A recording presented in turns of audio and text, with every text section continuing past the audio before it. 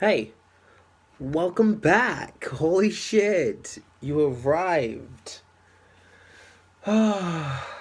Boy, let's just talk about how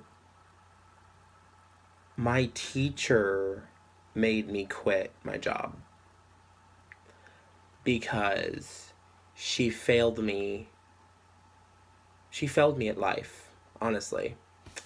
So, I want to talk about this time that I had to quit my job at an arcade. Like, literally one of the most easiest jobs I've probably had because she messed up. Thought that I was failing because she made the mistake of giving me a 7 out of 100 on a test instead of a 71 out of 100. Because she went back and looked at my first test and made the human error of not reading it correctly. I actually went to her one day and asked her for help. And I was like, I know you don't give extra credit, but do you think that there's any way? And this was like maybe like the first month of school. Like it was like maybe September 20th or something like that. So that's within the first 30 days. And she's like, well, it's too early to tell. But, there's all kinds of opportunities to make up grades and everything else by doing it better next time. And I'm like, well, yeah, I understand that. So I get my second chapter test back and it's a 55 and I'm like, okay, well, maybe I'm starting to get this stuff. And then I'm not there for the third test because if you've seen in a previous video, like my first video, I suffer from bipolar depression. And there were days when I didn't feel like going to school or feel like dealing with people or feel like even associating with reality. Like, dreaming to me is the best feeling in the world. Like, being cut off from reality, being in an alternative reality is the best feeling I've ever really had. So, like, I'm laying here in my bed, and I'm just like, there are so many things I could be doing right now, but I just cannot physically get up. So, I go to school Monday, Wednesday, Friday. And I guess on every chapter test was on a Wednesday, which is in the middle of the week. So I go to school on a Friday, and they're like, "Oh, well, you missed a test, blah blah blah." So I get a 0 for it. So I'm like, "Cool." So I thought my grades were 7, 55, 0. So like, yeah, I'm definitely failing. So I go talk to the counselors, and they're talking to me about a pass fail grade. And I'm like, okay, well, that seems more logical because I don't want to get an F and I don't want to ruin, my college GPA because high school was a bitch. It was so fucking dumb.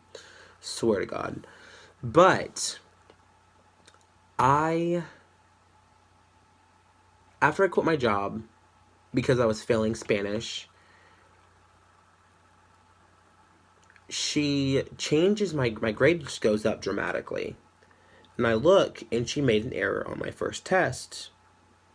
It was a 71, not a 7. And I lose it. Like, I'm just like, holy shit. Like, now realizing I didn't have to quit my job. I didn't have to listen to her when it came to my actual, like, life. You know, it really sucks because there are so many things, so many missed opportunities that I've had in life because I didn't have enough money to do things or to pay for things or whatever. Like this whole entire time I could have been saving up. I failed Spanish, so I dropped it. I have a W. So I withdrew from the class.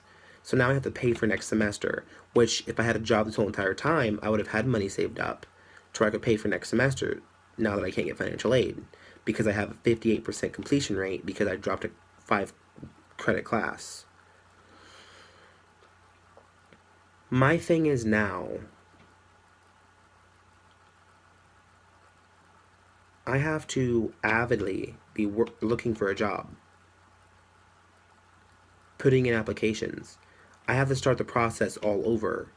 Like looking for a job and going on an interview is the worst process in the world, because you have to adapt. You have to make yourself more appealing to these companies, whether it's working at a coffee shop or working inside of a grocery store or working at a makeup store or working, you know, at a flea market or a pet shop or, working as a package handler for UPS. Like you have to make yourself adaptable and appealing. And at the moment, I don't feel like I want to do that. I don't even feel appealing to myself, let alone trying to myself appealing to other people. So the moral of the story is, instead of rushing into things and thinking, holy shit, my life is ending, maybe I need to actually do what she's telling me to do because, older people are more experienced. It's a fucking lie. 100% lie. Um, so this is a shorter video just telling you about how you just need to step back and look at the whole picture. And if it gets super unbearable, then go for it. Cut the cord. But if it's not unbearable and you can actually breathe, then keep breathing. Alright, guys. This has been another video from me to you. Advice, experiences, that's what I'm here for. Let's live life and be happy. Have a... Bye, guys.